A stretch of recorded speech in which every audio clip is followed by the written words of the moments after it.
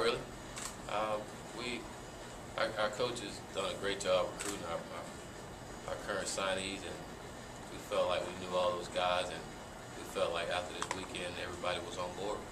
So it made it a little easier. But as a coach, you know, you're dealing with teenagers and things can change at any time. So kept my fingers crossed. But it worked out well. I was surprised that it went before noon to get everybody here. Willie, when you took the job and when you guys announced Taggart was going to be the recruiting coordinator, we both said that you were going to go after the best people you could find, regardless of who else was recruiting, and you were going to spare nothing on that. To bring in 26 kids with a lot of them highly thought of players, how exciting it is this overall? It's great. It goes to show that, like this coach has said from day one, that we don't have to settle for anything. You know, we have everything we need here to be successful. We're going to go after the best, no matter who's going out, and that's what it's going to take, because we got to play the best. So we got to go after those guys and see that we can do that. I think it's great not only for our university, but the guys that's in it, showing that we definitely go out there and compete with the best. How different was it for you guys to be able to recruit with a year plus to build some relationships in this class, as opposed to last year where you brought some relationships in, you had some guys who were on staff who had relationships, but ultimately you were basically trying to fill a class in 2 months? It's always good when you have a whole year to plan, you know, and the staff, everybody knows each other and know what we're going to build about, especially in recruiting. And everybody's talking the same thing when you go out and communicate with these kids. But to have a whole year to plan was great, like you say, to build those relationships that we didn't have last year coming in. We knew the guy, but we didn't know him well enough, you know. And this year we felt like we knew this guy a lot better. Talk about the connections you guys are making in the Florida area and the impact they're going to have on the program, not only next year but in years to come. It's good to go back and be able to get guys where you have some connection. I think that's a big part of college football and a big part of recruiting is going places where you've had success before recruiting, and being able to compete against some of the schools that we competed against and get some of these guys to leave Florida to come up to Kentucky and play football with us is big time, and it's huge for our program, is spreading the red and being able to go out nationally and be able to recruit at times is big time. It says a lot about our university. How much of things started to snowball down there, you know, within high schools and all the coaches you guys doing down there? How much of it has become almost word of mouth? You get a couple kids to commit, and then it starts to build, and all of a sudden you got half of Manatee County on board, and the rest of the state in general. It seems like it just keeps snowballing. I mean, I think the more success you have doing it, the more your name get out there, you know, and that's what we need to do with our football program and get our name out there so we can have a better opportunity, just like some of these other schools. And just, you know, kids see it, kids watch TV, kids look at rivals, and kids see that kids come up here and play and have some success too. They watch all of that, and it helps, you know, and they see the direction our program is going in. I think that speaks a lot for our university. Coach Mathis, do you feel like you guys kind of addressed all of the needs that you had this year? I mean, you go back and look at it, we were a 2-10 football team, so we had a lot of needs that we had to address. You know, we had to build some depth in some positions, and I think we addressed that. But the thing is, when we start to really break down our class, there's a lot of versatility in the class. You know, we've got some guys that can do different things as they start to mature and they start to get better as football players and understanding system and techniques. And you know, there's a lot of versatility in our group. And that's the one thing you look at. You say, boy, he may come in as a linebacker, but you know what? He might can play safety at some point, or he may move down and grow and be a defensive end. You know, you see that versatility in this group, and it's exciting because all they're going to do is build on the group from last year. They're going to help strengthen that group and help strengthen our football team, and it's exciting to see those guys, and I can't wait to get them up on campus in the summer. Was there one specific plan of we need to go get 2 guys at this spot or 2 guys at that spot, or was it let's just go get depth and a lot of guys that can do different things? Because it looks like you guys you said, you got guys all over the place. Right. Was there any specific need, or was it just, let's just go get the best kids that we can out I there? think it's a little bit of both. I think we wanted to address some needs up front on both sides of the ball. We wanted to try to get some offensive linemen. We did that. I think we got some pretty darn good ones, and guys are going to grow into being, I think at some point, possibly all conference players. We wanted to address our needs on the defensive side of the ball, and we ended up signing 2 ends, 2 tackles. And that helps us in the future for our depth. And a couple guys helped us as far as size goes. Michael Payne is a 300-plus young man. He's going to help us with some size, and I think those are things that we wanted to address. And then we wanted to find the best possible players we could. And that goes back to versatility. Guys that can play multiple positions. Hopefully by the time their career is done. Especially on the defensive line, how important is size? You guys got quite a bit out of the so-called tiny tackles last year, but obviously that's not something that you'll be calling the kids you guys signed this year. No, and I think you got to kind of look at it in perspective. Those guys that played last year, they were sophomores. Yeah. So they were still growing. They were still babies, really. And right now, I put a couple of them on the scale. Now already up to 285, 290. So those guys are growing. And as they get older, they're going to grow. But it's good to get some young guys that already have some girth that will be able to, grow and get stronger and give us depth. But it was important to try to, get better with the guys that we have, and then also get some guys with some size, especially inside and DT.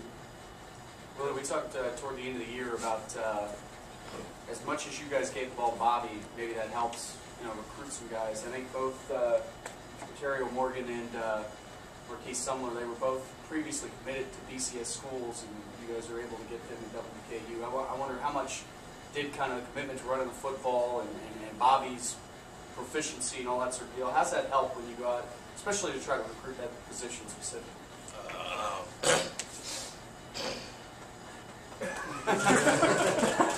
Like I say, Coach T got a little credibility with running backs. No, but it helps. Like I said, just showing what we was able to do before it. Like I said, I hate to go back on it, but what we was able to do with Toby Gerhardt, and to be able to come here and do the same thing with Bobby Rainey, it just speaks value, and I really believe that we shouldn't have a problem recruiting running backs. And as we continue to progress as a football team, it's going to get better. It's going to be better than what we have now. And it's exciting now to see what we've been able to do with the short amount of time that we have, and really haven't done anything yet. So it's good to see that, and see I'm planning on being able to get top running backs every year. We're going to get the top guy one of these years. Watch. A lot of those guys in different spots, when you ask them over the last month or so, one of the first things they said is they were ready to go take somebody's job, which is obviously what you guys preach. How much is selling that and meaning that really helping bring more kids in? When you say it, and last year you look at it, because they came in and a lot of them did. Well, I think with recruiting, a lot of these kids get told some things, and they get there, it's totally different. And when you're able to talk the game and then go out and show them that they can do it too, that means a lot to a teenager. I mean a lot for a kid that's leaving home and putting his trust in you as a coach. And we've been able to show that. But I think as a football team, it just makes us better overall. It makes our guys that's here work a little harder, and it makes our guys that's coming in work harder, try to get a job. So overall, it just makes us a better football team, and I thought it did for us last year, and that's how it's going to be around here. I want it to be like the NFL, and that's what it takes to play in the NFL. You got to take somebody's job. So that's how it's going to be around. Coach JB mentioned, Marquise and Corteo committing elsewhere and then coming here, but you guys had a lot of guys that were at one point committed somewhere else and ended up coming here. I mean, how big overall was this process for you guys and staying with some of these guys even though they maybe look other places? Those are the same guys that we got on from day one. Pretty much the same guys other schools that they committed to got on. So we kept those relationships, and we always said it's not over until that second week, that first Wednesday in February. So keep fighting, and for us, it's important to get them on campus. We feel like if we get any kid on campus, we got a chance. And I tell you what, every time we got a kid on campus, that really sold these kids on WKU once we got them here. Because all of them have a perception of what Kentucky's all about. You know, and then once they get here and it's totally different than what they expect. And they love it. You know, we as coaches do a good job of getting the kids information about the school, but WKU is what sealed the deal. We got them here on campus.